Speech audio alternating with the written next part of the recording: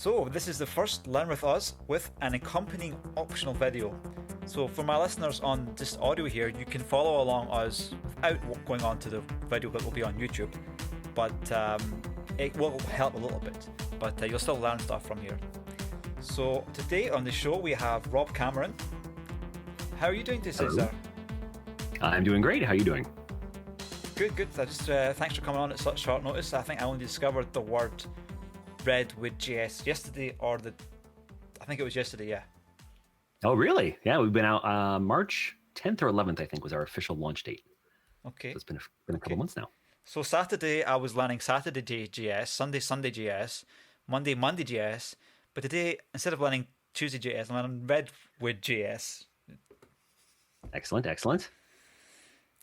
So, tell us a little bit of your journey into where you're ended up as a core developer, as one of your titles that you do.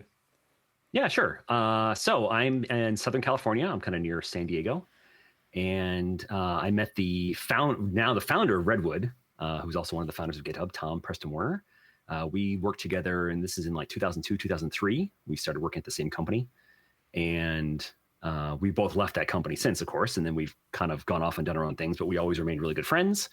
And about a year ago, he was showing me, he's like, hey, I'm working on this framework. It was called Hammer.js. He's like, would you be interested in working on this? And I was like, absolutely. I was a Ruby on Rails developer, and Tom as well was Ruby on Rails, and he wanted to bring a lot of that Ruby on Rails feel, that convention over configuration. He wanted to bring that to the JavaScript world. So that really spoke to me in my Rails heart. So I was fully on board, and I've been working ever since. I built the website, did the tutorial. The generators were written by me. Most of the form helpers, again, that's a lot of the Rails influence, the generators and the form helper stuff. So I'm like, I don't know, a sixth of the code is probably me. Another core member, Peter Pistorius, he's probably the other 5-6. He's amazing.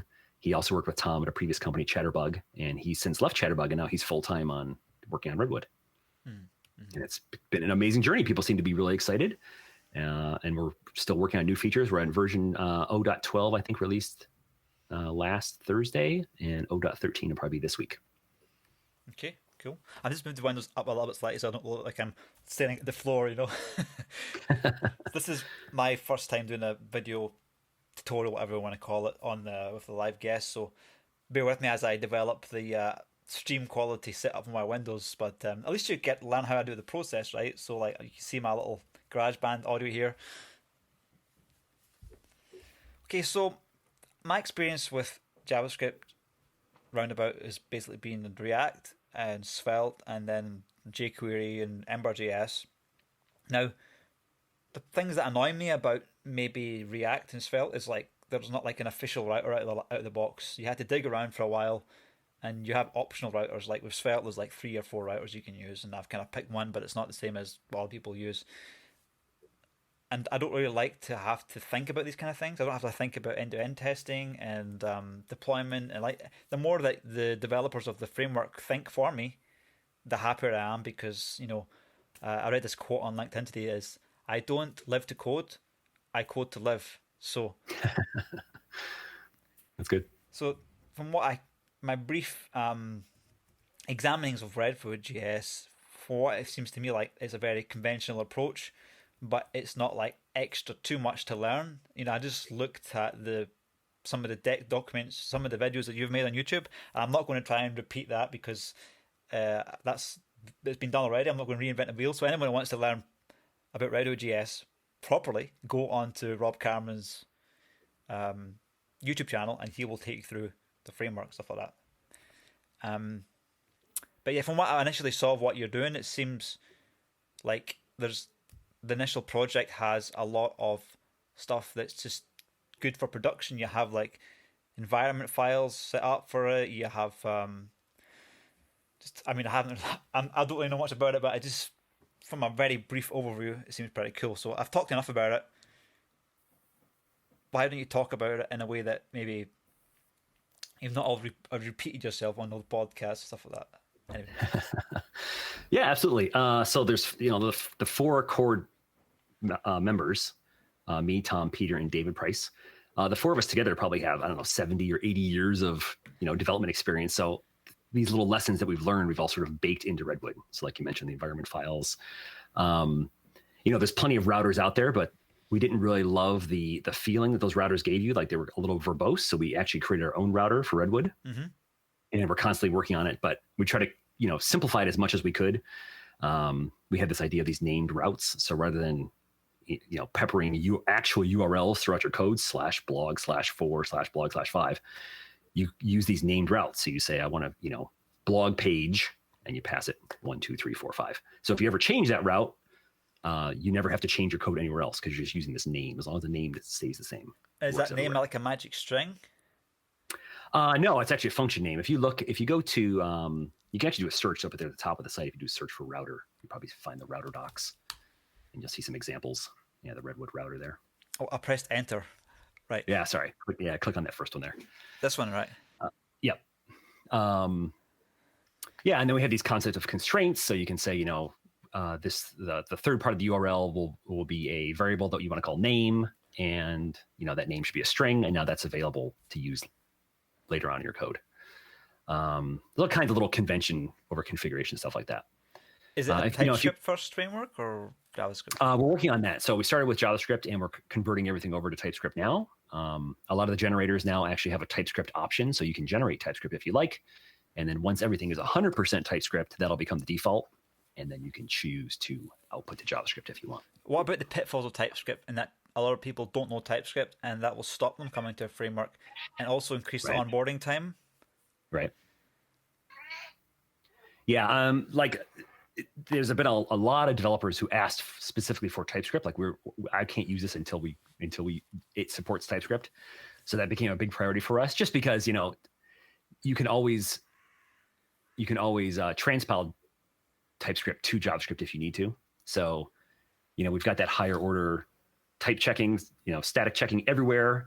And then if you don't really care about that, that's fine. You can go down to JavaScript, but you can't go the other way. So we figured it'd be safer to start with TypeScript, and then you can go down to the lowest common denominator if you would like to. Is the framework written in TypeScript? That's what the conversion process is now. So probably about half of it now is TypeScript, and then the other half we're currently working on. See, I can understand how you'd use TypeScript to write a framework, but in terms of using a framework, I'm kind of I used to be a huge TypeScript fanboy, right? Yeah. But I'm finding that a lot of JavaScript has sort of fuzzy detection now, and it can come up with 70% of the sort of autocomplete on WebStorm. I can fire up WebStorm here, and people can just it is getting better and better. But obviously, it's not like strict pure TypeScript. You're going to have fuzzy matches, not complete matches. But just JavaScript in a sense is that good with just detecting stuff, and I can just basically like this here, I can just press .space, and it comes up with a bunch of stuff that's it just knows it's a Firebase project, and it has I can go in here and parameterize, look at parameters and stuff like that. Well, no, that's a function, but there's I can go into a function for example, this here. You already know this, but I'm just telling the listeners, and it'll tell me what the parameter is, and it's a JavaScript file. So, I just lost all my screen, so let me just put this in the back of down here somewhere. Yeah, the introspecting that's built into editors now is amazing. How it can deduce all that stuff and what's possible to go in there. So, yeah, and me personally, coming from a Ruby and a Rails background, types, I don't really care about them. I've never needed them. So yeah. I'm not a huge TypeScript guy personally, but it just seems like that's the direction that the ecosystem is going in. Right. And people really do love it. So like I say, we're adding that support so that you can do TypeScript if you want. And if you don't want it, you can drop back down to JavaScript, but going the other way is much more difficult. So yeah. Now I like this idea of function. So this is a function here, some page, and that's the name of the route. And then you use that in your code somewhere, some page, which is a function that returns a link to a route. That's it. Well, in that case, in that little code snippet there, some page is actually a component. It's a page component. Right. And we're just showing that the content of that page happens to be a link, and the link is to one of those named routes. So it's routes.home. So home is the name of the route there, that function. So a page component would be something in this Svelte project here, I have, this is a not a framework enforced pattern. This is a pattern I've just come up with Svelte. So I have this thing called root components, which have all these things like settings, and in settings I will actually have links to the actual components, like for example email component, which is inside here. So you've kind of thought of that as just a framework, right? Right. So that was actually one of the major motivations behind Redwood is, every React app you go on is completely different because everyone sort of rolls their own way to organize all these directories, and some have pages and some don't, and components, some are in directories and some aren't, and it's like all over the place. So the idea with Redwood is here is a way to do it. We think it's a really good way to organize everything. We have these pages, we have layouts, we have components. They're in these named directories. Each component gets its own directory, and then its tests and storybook stories all live together with that component. And that way you can go from one Redwood app to another, and you are completely comfortable. You know exactly where everything is and how it works, and you're good to go. I just realized I wasn't recording the screen there. So now we're recording the screen. I'm recording the screen. So the first 4 minutes, I'll just put a big sign saying video recording at 4 minutes, something like that. I'm not going to repeat all that stuff I've already talked about. This is I just sort of thought automatically that my screen's going to be recorded here because I'm sharing it. I listened to the podcast for an hour and a half, and I forgot to record the other guy's audio, and I was like, whoops. Oh, no. Yeah, we've got a double recording here, so we should be good. Yeah, I mean, for audio. We're not like screen heavy. Yeah. So, right. So it uses JSX? It does, because it's just React. So all the components are React. It's React. Yeah. So it's not actually, it's not like a custom, view framework like React. We use React, but our innovation is sort of combining that with GraphQL, and then we've got Prisma, and that's all out of the box. So you've got a front end and the back end together in Redwood. That's the kind so of. So it uses the whole virtual DOM thing? Yeah, I mean, everything that React does, we're using that as the component builder, organizer. And our router is just choosing which components to render, which we call them pages. It's kind of a higher level component that wraps the whole page. So is it then something like, is it a bit like Preact? I'm not actually sure the difference between Preact and React. People have talked about that. Isn't Preact just a super lightweight? Yeah, pretty much. Yeah. React, yeah. But yeah, no, we've got the full on React is a dependency of our framework. If you go to the tutorial, and it's either the second or the third step, we kind of have a little. Actually, I'm sorry. Go back to the homepage. The homepage has like kind of a illustration of how the framework is sort of organized. Okay.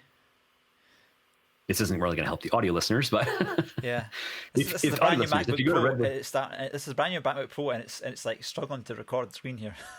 Yeah. So I'm at the homepage, RedwoodJS.com. Yep. Yep. Scroll down just a little bit in the main window there. Sorry. Oh, the main window, right? Okay. Yeah, and you'll see a blue graphic, and you can click on that and kind of blow that up a little bit. Okay. Boy, it is slow trying to record. Wow.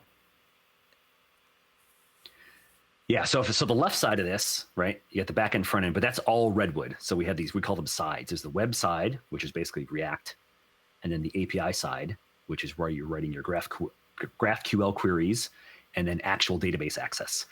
So that's the whole thing. We call it full stack for the Jamstack. So, classically Jamstack is like static files served over CDN, and that's it. And maybe they make requests out to something like Contentful, CDN, or CMS to actually get the content and plug it into the page. But traditionally, those aren't worrying about an actual database. So we have, Prisma is an actual SQL database client that can actually talk real SQL. And then you access that through GraphQL on the front end. So you've got your React making GraphQL calls. That's sort of as it moves over to the right. You can see there. So in the browser, right, we end up with React, and then React is making calls up through GraphQL to these serverless functions, AWS Lambda. So it basically runs like a little node script, runs it, and then as soon as it's done, it just goes away, and the Lambda closes.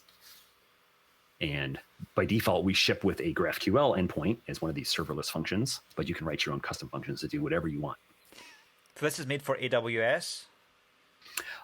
So we can deploy anywhere, technically, anything that kind of supports this like serverless idea, although that's a pretty flexible concept. You could create a Google Cloud platform worker that ran one of these functions. So on day one, when we shipped, we had built-in support to deploy to Netlify really easily. But we've since worked on, we've got Google Cloud Platform coming, Microsoft Azure, someone's looking at, render.com, Vercel, who was Zeit. They're working on theirs. And then we also want just a completely build your own deployment option too. So if you want to set up your front end as a CloudFront CDN in AWS, and you want servers running in Google, and you want something else over here, you can kind of combine those parts however you want. Okay, cool. This is so. Yeah. What's the difference between serverless and Jamstack? So Jamstack is just more of a concept. I don't know if you remember like the LAMP stack, Linux. Yep. I forget what that might be stood for. But the Jamstack is just another version of that. And it's JAM stands for JavaScript, APIs, and markup. So the idea is you've just got, static HTML and potentially static JavaScript, like the React code, right? Is just still just a static JavaScript file. That comes down from a CDN super fast. You can have all these edges all over the world. So no matter where you are, you get your response in milliseconds. And then that JavaScript, the way it deals with dynamic data is by making API calls. And so the Jamstack doesn't really define what the backend is, just says API. And in our case, that API is GraphQL and then a serverless function talking to SQL. But the serverless function part isn't really technically the concept of the Jamstack. We're sort of adding that in there. Oh, it's a big project, man. Sheesh. Yeah, it's like a full stack real framework that does everything, not just the traditional Jamstack front end. In some ways, this reminds me of the serverless framework, which is a framework that basically you describe your services in YAML, and then it deploys to AWS and all that stuff. But you're using Prisma, which is a different. It's like Prisma, and then you've got like. I don't know what I'm talking about, man. That's all right. If you go through that, like the first couple steps of the tutorial kind of explain sort of the concept. There's a whole step in the tutorial called the side quest, and it's how Redwood works with data. And we just have a big, written out description of sort of how all this data moves back and forth. It's super confusing if you've never worked with any of this before. Yeah. Like a lot of people are super familiar with React. They know nothing about GraphQL. They know nothing about Prisma or even databases in general. So it'd be a little bit more of a learning curve coming to Redwood.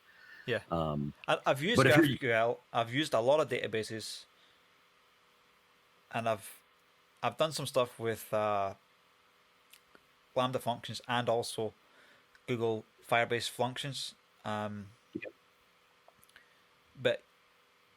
so like you basically what I think you're doing is you're creating an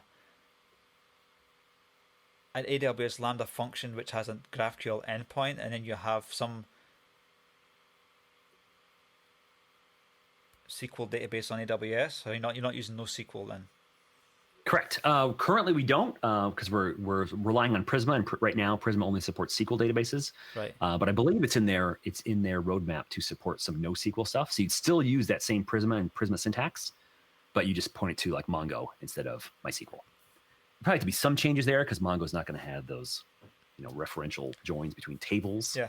But same sort of idea. But the way Redwood is written, you could write a custom function that talks to NoSQL and do whatever you want. You don't have to use Prisma.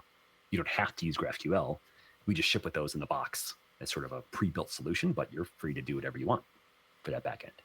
So like when you go to make an app with SQL, it's obvious how the schema should be. You have this table, and you join it together, and you can have an XML column in there if you want to do like arbitrary stuff.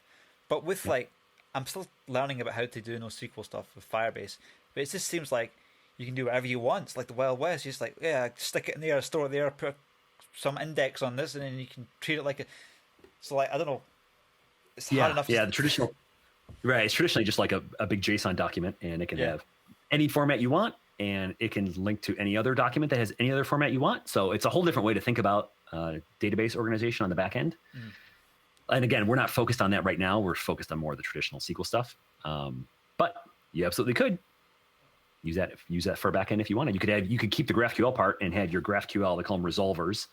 That's where you actually say, hey, GraphQL, when I say I want a username, the resolver describes how to actually get that username from somewhere in the world and return it to GraphQL. So you could have that resolver do whatever you want. We just have it talk to Prisma. We wrap the Prisma calls what we call services. We actually have another graph. There's a graph in the tutorial that kind of describes how the GraphQL and the services sort of play together. Okay. So this is going to appeal to people at the moment that have a lot of normal SQL database experience. So in AWS, what is the SQL service? If you want to live in the AWS ecosystem, so they have RDS, the relational database service, and they have Postgres, they have MySQL. There might be a couple more in there now. I think there's a Windows SQL Server you have to get a license for or something. And then they have their own version called Aurora, which is MySQL compatible, but it's supposedly 5 times more performant. So if you want to stay in AWS world, you would go with one of those. During the tutorial, we actually recommend you stand up a Postgres instance on Heroku because it's completely free and you can run it forever for free. Whereas AWS, you have to kind of be very familiar with how AWS works and set up security groups and permissions and IP addresses. And we kind of went this. I know. So right. So we skipped over all that. So that's one of the major things that's missing now in sort of this vision that we have, that Redwood has, is you've got the CDNs, which are on the edge right to your door. You've got these AWS Lambdas, which are deployed all over the world right to your door. But databases, that nut still hasn't been cracked yet. A database is like one big server sitting in Oregon somewhere, and the whole world has to access it. So there's a couple different people, like FaunaDB is one. There's a couple of people that are working on these distributed databases. So it's still SQL, but it kind of lives everywhere around the world for faster access. That isn't quite ready yet. We're so close. That's the missing part to make Redwood really shine. Like that's Tom calls this. He sees this maybe in 5 or 10 years. He calls it the universal deployment machine. So you basically just write your code and you push it to GitHub, and this universal deployment machine figures out where to put your code, what services need to be created to talk to each other, where the database needs to go, how the data, and you don't worry about any of that. You don't worry about CPUs or memory or disk space, nothing. It's just all handled for you. So we're hoping that's coming soon, and having a database that does that is deployed to this edge is one of these steps to get to that universal deployment machine. If you go to that, see on the site there, if you go to SideQuest, how Redwood works with data, it's a few up from where your mouse is. Yeah. So then there's another little graphic in here that tries to describe what is living in this AWS Lambda. So there's the browser, and the browser is making a GraphQL call, GraphQL payload, goes across the internet, and then goes into this Lambda function. And there's in the code base, it's literally GraphQL.js that gets wrapped up in this Lambda function. Yeah. And we have these SDL files that describes what your GraphQL looks like, what it can return, and what it accepts as parameters. And then the resolver is written in these services. So the PostJS service is the resolvers for the GraphQL. And that service is what talks SQL out to the world, to the database. And you're free to create your own custom function, do whatever you want. It can do anything. We just ship with this GraphQL function by default so that you have a GraphQL API ready to go out of the box. And you'll see if you go through the tutorial and build it, like there's really no configuration to get all this working. It's just sort of there, and you're just writing the code for what you want to return, and things just magically work. Yeah. It's amazing. But it's a lot of concepts to absorb all at once, too. So the most advanced that I got into SQL was that I was using C# in the entity framework, and they had these migrations, which was very quirky. But eventually I managed to understand how it works. But it's basically what it is it creates update statements for changing the schema. Yep. Are they quite similar, the migrations from something like the migrations in entity framework, if you have experience with that? Absolutely, actually. So Prisma has a part of their framework called Migrate, and there is a single file, schema.prisma, and that is your database schema, what you want it to look like in like its final state. So what you do is as you make changes to that file, you say, okay, I made a change. I want to create a migration. So it creates a series of steps that needs to transition the database from what it did look like to what you want it to look like right now today. And then it applies that migration, applies those update statements against the database. And so as you're building your app, you're making these migrations one after the other as your data sort of evolves, and you're running these migrations one after the other. And you're doing it locally in development as you're developing, but then when you deploy, it'll run on your deployment process and migrate the production database as well. Yeah. There was so many times when I was designing this app with Entity Framework that I'd be having this sort of stack of migration files, and it sort of bugged me that I had all this legacy information about the database, and a lot of times I just wiped everything and then just did a fresh one. So this, do people find a little bit like that with Redwood? They just get tired of the migration files getting bigger and bigger and bigger and bigger and bigger. Well, we haven't got to that problem yet in Redwood. It's still fairly new. Like I'm working on an app as part of my day job, and there's like 6 migration files, and it's a single directory, and in that directory I think is 3 or 4 files, including like a README that describes what is going to happen and what changes are going to be made. It's pretty neat. Rails has come up with a solution for this, where it's like, I forget the name of the package, but it's like a migration compressor. So it'll basically run through all your migrations and just create one single migration that is all of those previous ones down into one. So some people will compress them by year. So here's all the data changes from 2016, all of them from 2017. So now you end up with 4 migration files. So you still have a history of how your data has changed over time. Like if you don't really care about that, then just toss it out. You don't care. So what if you have a developer that's needs an incremental update? You meant to lose some information there. Well, when you do that compression, of course, all those migrations are still there. They're just now in one file instead of 100 separate files. Right, I see. Yeah. It still runs. Yeah, they still all run one after the other. Yeah. So you don't technically lose any data, but it definitely cleans up that migrations directory from hundreds. But you hope that those migrations work across database versions. Well, yeah, that gets into even more complexity. Yeah, we're talking now about. Go ahead. Something like FaunaDB, which is quite new, as that advances, then you'd think that a lot of that stuff would break potentially, the update statements for the database. That's true. It could, right? Maybe they release, whatever version they're on, they'd release the next major version, and half those database migration commands are different now and they don't work. So that's a kind of a problem you'll have to worry about in the future. Like every once in a while, go through, pretend you're a brand new developer starting from scratch, run all your migrations and see what works and what doesn't work. I've had that even on old Rails apps where I've had hundreds and hundreds of migrations, and the database structure has changed so much, or the model is being referenced in the database migration, and now that migration won't run anymore. So I'll go in, even if it's like a 4-year-old migration, I'll have to go in and tweak that migration just a little bit so it still does what it was intended to do 4 years ago, but so that a new developer can run it from scratch and it still works. Yeah, that's fun. That's when you get to the real problems of big legacy apps. Mm-hmm. So I'm surprised that this is more the React than I thought it was. In a sense, you can take all your React skills, Thunk and Sagas and Jest and all that stuff, and you can just use this, and you get basically an opinionated layer which helps structure your React app. Plus, you have this full stack deployment system, which means you don't. Yep. You can fire some back. You can. Well, let's not say fire anybody, but you can become more efficient at your own job. Yes, but yeah, that's the idea. Like it's just React, so you can plug in your React stuff. Jest testing we have kind of throughout now, so you'll see as you use some of our generators, it's just kind of convenience things for creating these React components, these things like we call pages and layouts, and we have these things called cells. The generator just makes that sort of boilerplate structure for you, but you could just plug in existing React code if you have it somewhere. You generate Jest tests. I like the sound of that because that stuff is boring to write. Oh yeah.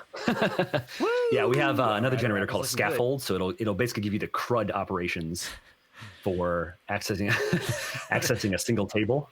Yeah, I think that's still framed there. So let's say you create a new user table, and one of the most annoying parts about being a developer is you create this new table, and now you got to get data in there. So now do you open up a SQL GUI, or are you writing SQL on the command line? So we have these what are called scaffolds, and it's basically like a table-based view of all your data in your user table and a form to add users. So it makes it really easy to put new data in and out of the database real quick as you're testing. And if you'd like, you can take that scaffold and sort of modify it and tweak it and use it in your real app, or you could maybe move it to your admin section, or maybe just delete it and you don't really care about it anymore. If you go to, I'm trying to remember where we do this at, where we create the scaffold, maybe in Getting Dynamic. Go down to the Getting Dynamic thing. Yeah. Sorry again for audio only listeners. But if you scroll through here, you might see some screenshots of what the finished scaffolds look like. I've got like a 3-second ping here on my laptop. Yeah, it's really weird how much longer it's taking to render it. I don't know if it's because of the recording or what. It's probably, if I use something like OBS, it's probably more efficient at recording the screen. Yeah. But this is just... So you'll see here's this creating the database schema. So if you keep going here a little bit, you'll kind of see a screenshot of this Prisma.schema file. And you create this model, they call them models. So we're creating this model post and ID title body, and you define the data types. You say, how is this defined as a primary key? Is this by ID? Is that it? Yep. Yeah, so saying at ID lets it know that's the primary key. And then at default is here's what you pre-fill that field with if there's no other data. In this case, it's an auto-incrementing field. And there's a default, right? It'll default timestamp to now. Those are like special triggers in Prisma. Prisma knows how to deal with those special names. And I guess you have foreign key stuff and... Yeah, so I can't remember if we do it in the tutorial, but yeah, later on there's like you can do relationships between. So you have a user who has many posts, and you define that, user.post should return an array of posts, and post.user should return a user, and it links back and forth. So here now we've generated the scaffold. So you've got this plain screen because you don't have any data yet. Wow. Yeah. We're generating so keep going now. Yeah. And again, this is you don't have to use this. And I found my eyes. This is bad. Happy tears. Tears of joy. Oh, good. Yeah, this is a very famous part of Rails, like creating these scaffolds. And you'll find, like as a Rails developer, after you're using Rails for 6 months, you probably don't really use the scaffolds anymore. But when you're just starting out, oh man, they're like a lifesaver. So if you keep going, you'll see more screenshots of what the form looks like. Yeah, so here's like creating a new post. You get a form. Good stuff. All your fields. Yep. Well, we're using technically it's like Tailwinds. I don't know if you're familiar with Tailwind CSS. Even better. Yeah, we sort of borrowed there. Now, go. Tailwind isn't. We haven't taken a real hard stance on CSS yet. I just getting my cold personally glasses really on now. like Talking Tailwind. about Tailwind. Nice, but yeah. So I use Tailwinds to style these scaffolds, but Tailwind is not built into the framework. You can add it though pretty easily. Mm-hmm. Yeah, Tailwind's great. I love it. It's great. Yeah. Now, our real innovation, if you want to see the real future, if you go to cells.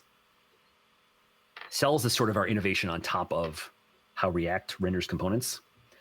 Yep. So a cell, a typical component has this life cycle, right? So if a component needs data, there's going to be a loading state because it doesn't have the data yet.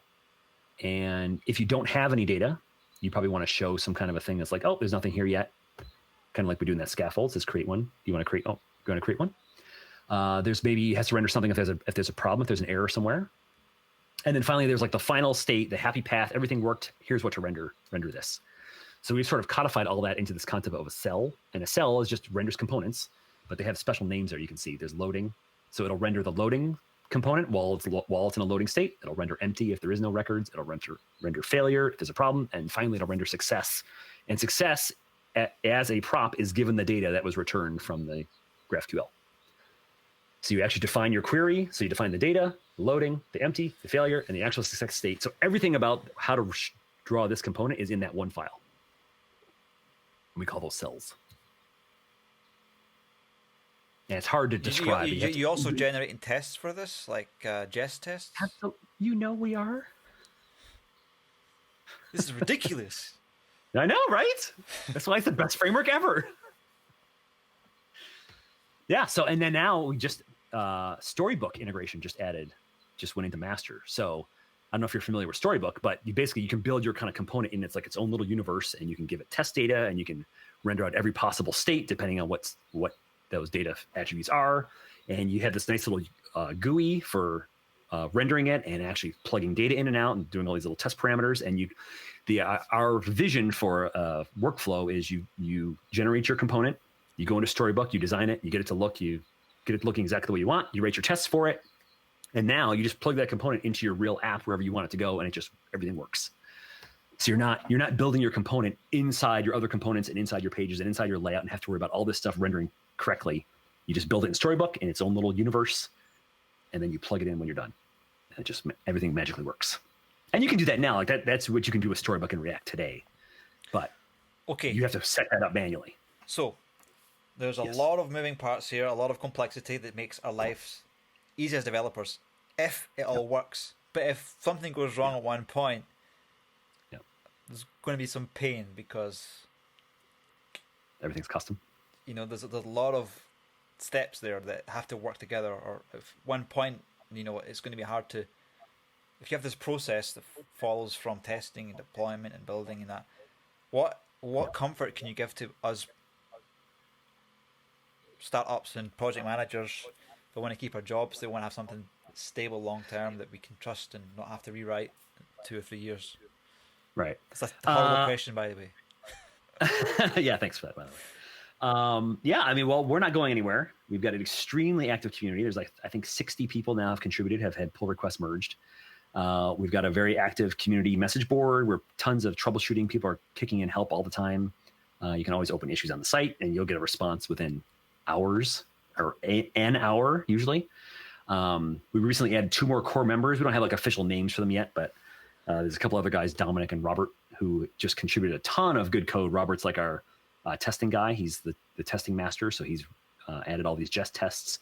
Dom is like an extremely good writer. So he's writing all kinds of documentation stuff. So we're taking these people that are giving us a lot of contributions and bringing them into the core group. So they're making decisions with us. They're committing their own code. They're committing other people's code. Yeah, Jay Tor and Robert Barisma are our other 2. Man, that is a ridiculous spread of contributors. That is really good. Because one of these things about frameworks, you get like 2 guys at the top and the rest are like... Oh, no, we've got, tons of guys who are all over it. Yeah, people love it. Sheesh. Yeah, Kim Adeline, she's in Microsoft, so she's kind of getting us some Microsoft connections. She's looking at Azure for us, and she's also a TypeScript expert. There's a couple, when we very first launched, we had some issues with Windows, but we've got a couple Windows people now who have cleaned all that stuff up. Yeah, I mean, everyone seems really excited and really happy to be in. The community's great. Everyone's friendly and happy, and it's been amazing. So I don't think we're going anywhere anytime soon. What kind of tests do you have to make sure this whole thing works, like from start to finish? Nothing, you know. So the one thing we just added, Peter just added this for us, is we have a whole Cypress test suite for the tutorial itself. So every time we make a release, it basically runs through the entire tutorial to make sure the tutorial still works. That's sort of everyone's first step into Redwood, and that's where you get that syndrome where, you know, if you try something out and it doesn't work, you're like, forget it. You'll never try it again. So the tutorial is our entryway. We want to make sure that entryway is always clean and nice and beautiful and gets everyone from end to end perfectly. So that tutorial test suite is like our major thing. And we also, I mean, there's also integration and unit tests throughout the code base itself. But making sure the tutorial works 100% is our sort of our main focus. So when you say tutorial works 100%, do you mean the end product of the tutorial, or do you mean the build steps to get the tutorial to production? And no. Yeah, it goes through every step. It doesn't deploy it. We're not testing like deployment right now. Right. But it goes through of like the first step of the tutorial. You write some code. Does it work? You add a form field. Does that form field work? So it doesn't just test the final state. It tests like each step through the thing to make sure it works. Right. It's really, really nice. Yeah. Well, there you've got What else you got? What else you got? Dude, there. Yeah. Tom Preston Werner. Yes, he was one of the co-founders of GitHub. He created a semantic versioning. If you're familiar with that, he created that spec for saying, you know, like major.minor.patch. Yeah. The TOML configuration sort of language spec thing. TOML, that's his. Jekyll, the static site generator, that was Tom's. So many of his projects have had a very long life. So I wouldn't worry about Redwood going anywhere anytime soon. And there's Rob. There's me. Amateur radio. Nice. Yeah. I haven't been on in a while. I got to pull my radio back out. It's on my shelf back here. I was in an iPhone shop trying to get my iPhone repaired, and it's amazing the tools that you plug into the iPhone, sort of like the things you can plug into a car to make sure the car's not been modified. And but I've got a perfectly good iPhone, but the